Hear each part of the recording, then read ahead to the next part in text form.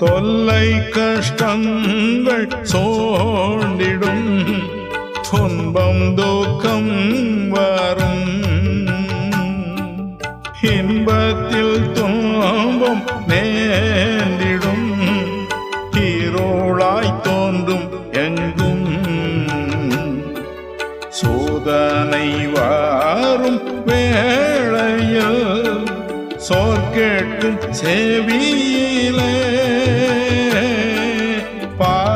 பாரத்திலிருந்து ஜெயம் வரும் ஹரன் என்னை காக்க பல்லோ